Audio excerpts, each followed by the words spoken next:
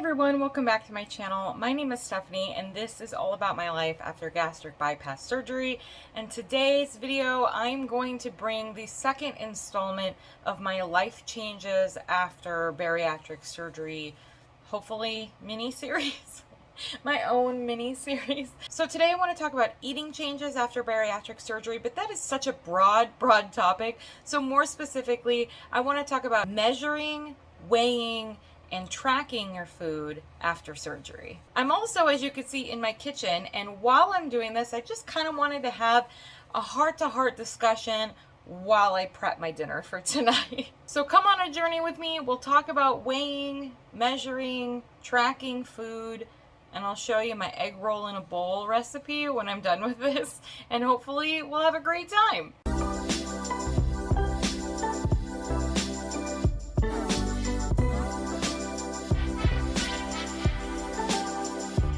So the majority of what I'm doing today is going to be looking down and prepping my food. So be prepared for that. I do want to show you the finished recipe at the end. I had this recipe one time years ago and I wasn't really very impressed with it, but everybody seems to be obsessed with egg roll in a bowl, which is essentially an egg roll without the egg roll wrapper.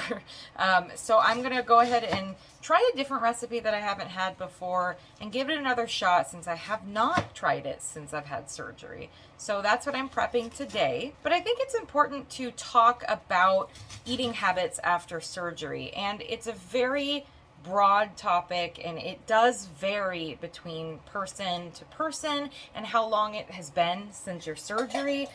All of those things are factors, so none of this is cookie cutter. It's never cookie cutter. I try to make that a point every time I do a video, is, you know, a lot of this is research based and a lot of this is based for a particular reason, but it doesn't necessarily mean that there's any one way to do anything in particular.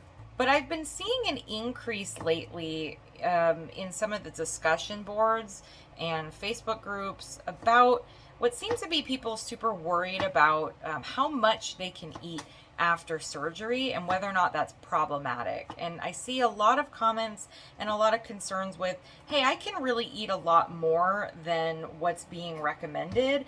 What's up with that? What's with my restriction? How come I don't feel restriction the same way other people do? Am I eating too much? Is that going to affect my weight loss?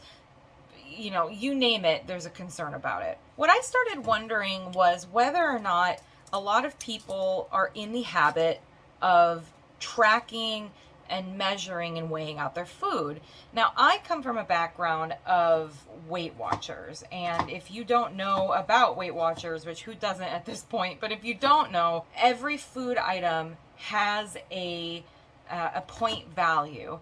And that point value is not just based on calories. So depending on the nutritional value of the food, you know, things with higher sugar or just generally not seen as a healthier food choice have higher points. The idea with Weight Watchers being that you don't restrict yourself from all foods or certain foods in particular, but really that you are finding a balance between those points so that you can have some of those things that are higher points and you balance it out with the things that are lower points, and it gets you to your food goals. This isn't a video about Weight Watchers or how effective or how good that program is, so I won't go into any more detail about that. However, that is multiple years of my life. I really enjoyed, I really did enjoy Weight Watchers when I was on it, just because it gave me some structure. I'm a very structured person, and it allowed me to think about things outside of just calorie counting, which sometimes can be not only problematic and triggering for some people, but also isn't a full picture. Weight Watchers tries to give you a full picture with what, you know, healthy food options are, not just is it low calories, because calories aren't the end all be all of things, and you can certainly eat higher calorie unhealthy food and still hit your calorie goals and weight loss goals, but that does not mean that you're eating healthy. So I did enjoy that, but a big part of that program is that you track your food, because you need to be mindful about what you're eating, and you can't really accurately track your points if you are not tracking what you're eating. The same goes for any program, anything that you're doing where you're watching your calories or your macros or anything. If you don't track it, if you're not aware of what you are consuming, then you're not really getting an accurate picture of it. So I come from a mindset of tracking my food, and with tracking also comes weighing and measuring. We were always taught, at least the more recent time that I was part of the program, that weighing out your food is usually a little bit more accurate than measuring. I remember they would do hands-on demonstrations sometimes about how measuring a cup of cereal, for example, if you measure that out and then you actually weigh it, you're kind of doing this overflow thing, so you could be eating more than you think that you're eating. If you try to eyeball things, we're human, and I think that we're just inherently bad at eyeballing how much we're eating. So where you're eyeballing and you think that you have tracked a half a cup of an item, really, if you're eating 3/4 of a cup, that does affect the ultimate calorie, macro, points goal, whatever it is that you're tracking. So being mindful about what you're eating and also how much you're eating is really important. I see a lot of people online discussing their food in terms of bites, and it's really frustrating for someone like me who's a lot more data oriented and trying to understand what people are saying, and they're talking about bites. I can only eat 3 bites of something. I can only eat 2 bites of something. And that is not a measurement, because a bite could be a number of different things. It could be a teaspoon. It could just be one of your regular silverware spoons, but those vary in size. For example, I just got back from my mom's house and her spoons are ginormous. I don't know why. Mom, your spoons are huge. But those things are all, they fluctuate, and the amount of food that you consider a small bite could be very different than what other people consider a small bite. So when people are talking about food in those terms, it's really frustrating, and that's just me on the outside. I can only imagine how frustrating it is for them, because you don't really know what you're eating either. Nobody else can really get a good judge of it, and you don't really have a good judge of it because you haven't weighed or measured it out in any way that is standardized. And so I started realizing, because this is something that I see all the time, that maybe there's a good chunk of people who aren't actually used to weighing and tracking their food. And I wanted to just kind of put it out there and discuss why I think that's so important. And I want to also put a quick disclaimer at the beginning of this, because I am at a totally different stage of my healing and of my personal development, and I don't weigh or track much of my food anymore at all. And I will go back and forth. I do implement it sometimes to get a better idea of things. But because I'm coming at some of my issues from the background of an eating disorder, of a binge eating disorder, I have been approaching things very differently, especially the last couple of months in particular, after I had a mini breakdown about restricting food and being overly aware of my calorie and macro choices. So the way I approach things right now is not this way, nor do I think that it's important for everybody at every stage to do what I'm going to talk about in terms of weighing and measuring and tracking your food.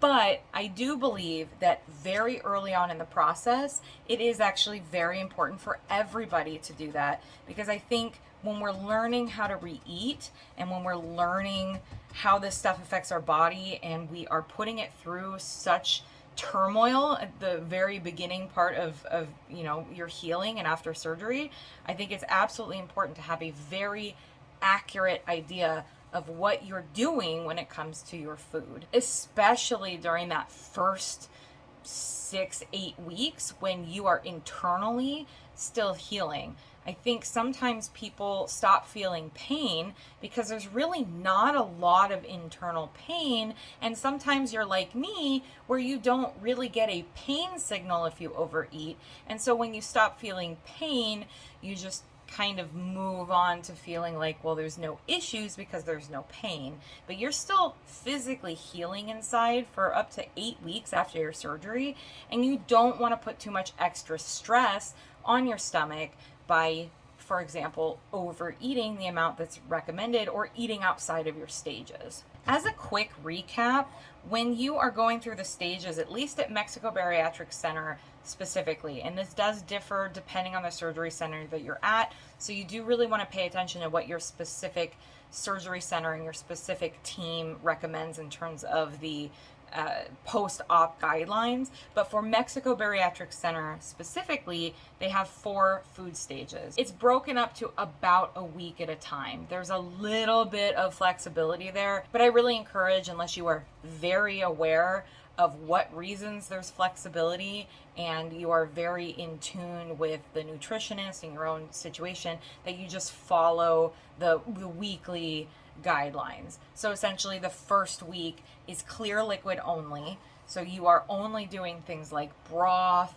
and jello and water and maybe liquid enhancers like Crystal Light or any of those 0-calorie enhancers, Gatorade Zero, things like that. Those are all considered clear liquids. It's so important that you follow those guidelines because your stomach is healing. Your stomach has been lobbed more than in half. You've got a staple line. So the clear liquid is essential when it comes to that. You really don't want to put too much stress on your stomach. There's usually very little question when it comes to how much you can drink of that because the guidelines are pretty clear when it comes to liquids. You want to sip little bits all day long and try to get a minimum of 48 ounces of liquid, of hydration a day. So there's very little in terms of people being confused about that stage. But once you start moving to thick liquids, which includes protein shakes, but it also includes blended pureed soups or sometimes very, very soft oatmeal and yogurt, that's when you start getting people who are very concerned about how much to eat at a time, how much to eat throughout the day, and whether or not they're eating too much. First and foremost, thick liquids are still liquids. So when it comes to how much you should be doing at a time, as long as it is properly liquid in terms of the thick liquid stage, you don't really have a limit. You don't really have, only have a certain amount of ounces at a time or anything like that, because it's still a liquid. It has more substance, and most people, myself included, will feel like you can actually feel some more restriction, and you can feel that in your stomach way more than just clear liquid, which goes right through you essentially. You may feel some restriction, and in that case, stop when you feel like you need to stop. And that will depend on your particular body, your particular needs.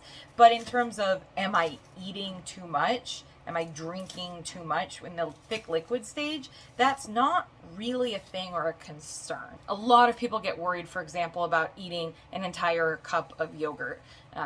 Is that problematic that I finished the entire container? It took me a long time to do it, but I ate the whole thing. Oh my God, that's like 5 ounces of stuff. Is that okay? It's still a thick liquid. It's still okay. If you can, eat off of that for 45 minutes to an hour, you're not doing anything wrong. The third stage at Mexico Bariatric Center is soft foods. So that's things like very soft and spreadable cheeses. I had a lot of cottage cheese during that time. Very, very, very cooked vegetables. You can start to have during that stage fish or like tuna or shredded chicken, as long as it's very soft, usually mixed with mayonnaise, something that's soft and moist and something that's not problematic on your stomach. Those are all things that you start to add in the soft food. And that's when you start to measure and make sure that you're mindful of what you're eating. Once your food has substance to it, that's when you really need to start making sure that you are not overeating and you are mindful of what your limits are. And that does differ. Again, there are tons of people who can only eat an ounce or two at that stage.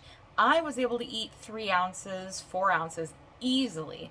So being mindful about what amount is good for you, not just relying on your hunger cues and not just relying on your fullness cues.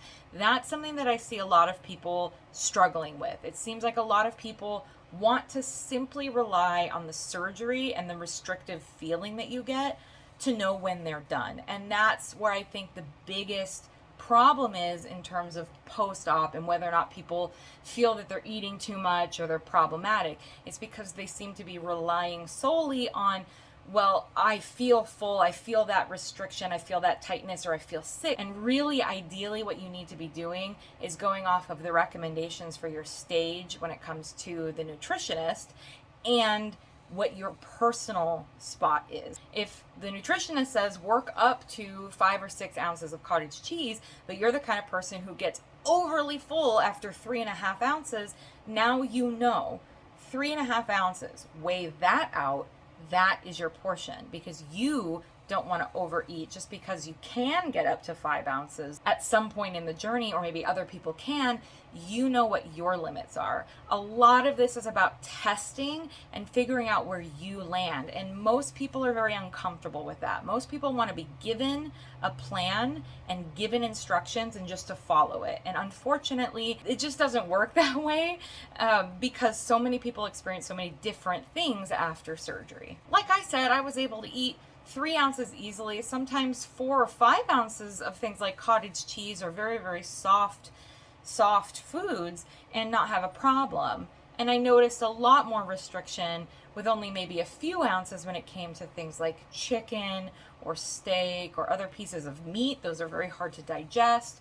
Those are things that you just really want to get an idea of what's going on and how your body reacts to them. Also, along with this is prioritizing your protein. So you always want to make sure that, especially if you're somebody who can only eat a couple ounces at a time, that you are eating a couple ounces of protein first. And if you are still hungry, if you are still able to eat, that's when you can dabble into things like maybe a side of, a few bites of mashed potato or some green beans or something else to balance out your meal. But the protein is the most important part. Slider foods are slider foods. They slide right through your system. People talk about them all the time. It is much, much easier to eat a larger volume of slider foods, which are typically things with empty calories or, crunchy snacks, things like that will go right through you, and it feels like you can eat tons and tons of that without feeling that restriction. It's because it doesn't take a lot for your body to work to digest it, and it goes through you relatively quickly. It doesn't keep you very full. It doesn't really make your body work at anything. It doesn't give you a lot of nutrition, and you end up getting hungry later. If you prioritize that protein first, you will feel fuller. I promise. You don't want to just fill up or just keep eating snacks. It's not going to have the same effect on your stomach. Get your body working on that protein before you bring in other things that aren't going to give you the same type of nutrition. Again, we're talking about early on after surgery, because somebody like me who's over 1.5 years after surgery, I prioritize a lot more vegetables now than I used to right after surgery. I didn't have the room back then. So the priority was protein. I have the room now, so now in addition to protein, I want those vegetables that I couldn't eat for like 8 months. I want them now, and so that's what I do. Things look different, but ultimately right after surgery, you really need to have those priorities straight. Knowing how much you eat is very important when it comes to that, because if you are the kind of person who can only eat 3 ounces at a time, you need to know that 2 of those ounces should probably be protein. And when you're weighing things out and you're prioritizing that first, that helps you get through the nutrients that you need, and it helps you understand how much you can intake. Something that I saw earlier today was mentioning that this person was really concerned because they could eat about 8 ounces of food. They made the comment, when they weigh their food out, it's really more like 8 ounces, which they're, I believe, about 3 months post-op, and they were concerned because that's in excess of, I believe, the 6 ounces the nutritionist was recommending. And so the concern there, of course, being, why can I eat that much? Why is my restriction different than what other people seem to be having? My response was, I think the question is, why are you eating that much, and not necessarily why can you eat that much? Because as we know, as I have mentioned multiple times on my channel, this is really more of a mental game than anything else. Just because you can, or you think that you want to, or have some sort of reason behind eating more than what's recommended does not mean that that's what you need to be satisfied. At some points early on after surgery, I could eat more than 6 ounces. If I really wanted to, I could eat more like 7 or 8 ounces. But if I am mindful and if I am weighing out 6 ounces of food on my plate and making sure at least 2 or 3 ounces of that are protein and the rest are balanced choices, I find more often than not that I am perfectly satisfied when I'm done with my meal. I don't need additional food. Could I eat it? Probably, absolutely. But do I need it to feel satisfied, satiated, and nourished? No. And that's where the mental part of this comes in. Just because you think that you need more food to sustain yourself does not mean that that's actually true. I've struggled with this my whole life. I understand why we do this. I understand why people do this. It's absolutely not judgmental on my part because I get it. I thought that I needed an entire foot-long sandwich plus chips plus cookies plus a giant drink at Subway. I thought I needed that to survive. The large portions that exist in our society, it's just not necessary. Your stomach doesn't need to expand as big as it can in order for you to feel like you have had a successful meal. But mentally, I felt like if I didn't eat that volume, that I wasn't having enough for a meal. Learning how to eat again. This whole process, learning how to eat, learning how much I actually need to feel satiated and good and be able to move forward, has been quite a process. It is really difficult, and it takes active effort on our parts to be able to actually make sure that we're making decisions that are mindful and beneficial to our bodies, and not just something that we think we need or something that we think is fine. And so this is why I think it's so important post-op to be mindful and to track your food. You really need to know how much you're eating, because you could think that you're only eating a few ounces, but if you weigh it out and it's 8 ounces every time, you're going to potentially get your stomach back to the situation you were in before surgery, where it thinks a certain volume is necessary to feel full. One of the best things that happened to me after the surgery is it reset my hunger cues, it reset my fullness cues. I didn't feel full before surgery. I just didn't have that, unless it was like over the top. I was so full I was about to pop. I ate way more than was necessary. Then I felt it. But in a general sense, after a normal dinner, I did not feel full like I do now. Getting that reset is essential, but you don't want to trick your body into feeling like it needs a larger volume to be satisfied again. That just derails the entire progress that you might make after surgery if you don't do that kind of thing. And the other part of it is just that you need to know, weighing out and measuring out your food, how many calories you're actually eating. I hear a lot of people complain, well, if I only eat a portion of the can of soup, how do I know how much protein I got? How do I know, what the calories were? How do I know that to track it? You have to measure it out, and you have to do some math, unfortunately, because they don't have it broken down by a quarter of a can of soup usually.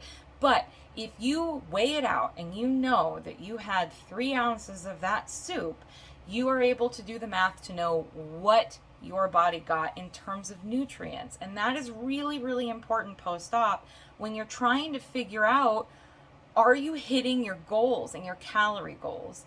A lot of people are so concerned about eating too many calories, but they don't necessarily track it and weigh it, so they don't really know. They're just sort of estimating, which can get you spiraling out of control. It's not helpful. But also, there is a fine line here between starving yourself and your body and not giving it the nutrients it needs because you're trying to hit such a low calorie goal, and not overdoing it with your calories and overeating or eating things that are too high calories, because you need to find that balance. But the only way you're going to know is if you measure and weigh it and track it and you are mindful. You will get to a point where it's not so methodical and it's not so necessary, and you can go periods of time if you feel like it, or you can go out to eat and not feel like you have to weigh everything out.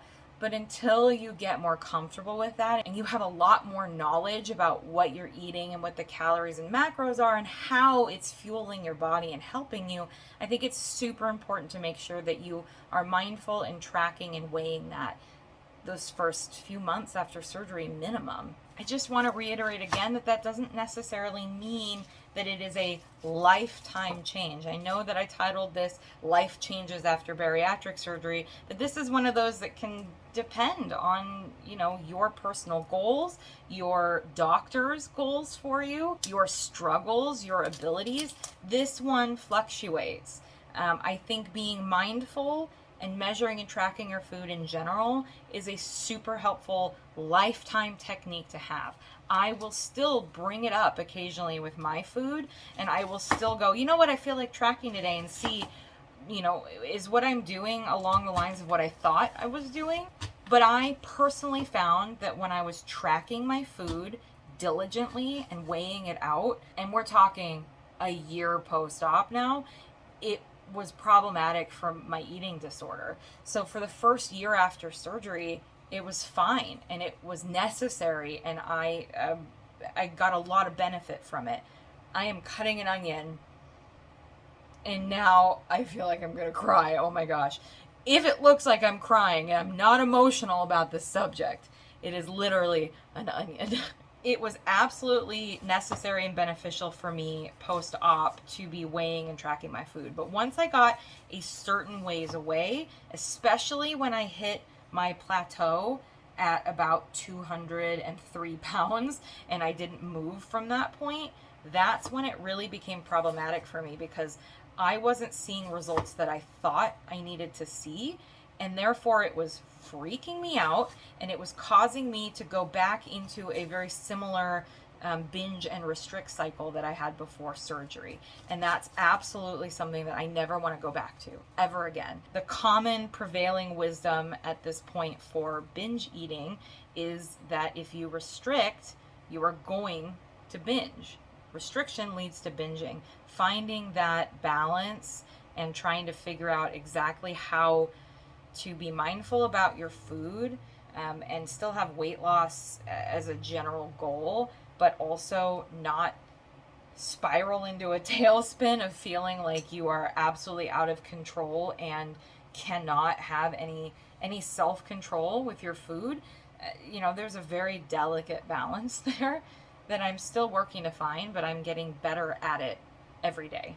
So life changes after bariatric surgery, asterisk, because maybe not for life, but it's a skill that I think everybody needs to work on and develop. I think it's super, super important. So because I jumped straight into this topic and I didn't do my housekeeping at the beginning of the video, if you are a returning subscriber, thank you so much for continuing to support my videos. I had a conversation with my mom about it while I was visiting her last week, and it blows my mind sometimes to continue to see my subscriber count go up and people interacting with me and saying that my videos have been helpful for them when they're starting their journey. So it means so much to me that people reach out and they subscribe and they support my channel and my journey.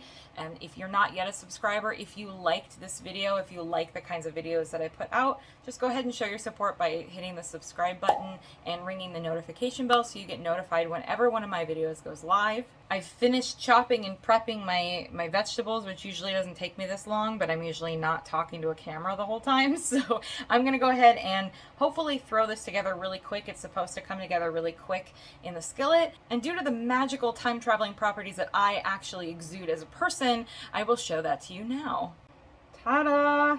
Finished product. Egg roll in a bowl. I've already had a bite of it. Aside from the fact that I need twice as much cabbage in the future to make this much better, this was pretty good. I think this will be maybe a keeper recipe in the rotation. So that's it for this video. Thank you so much for watching. Make sure you stay happy and healthy and always take a look at the big picture, and I will see you guys in the next one.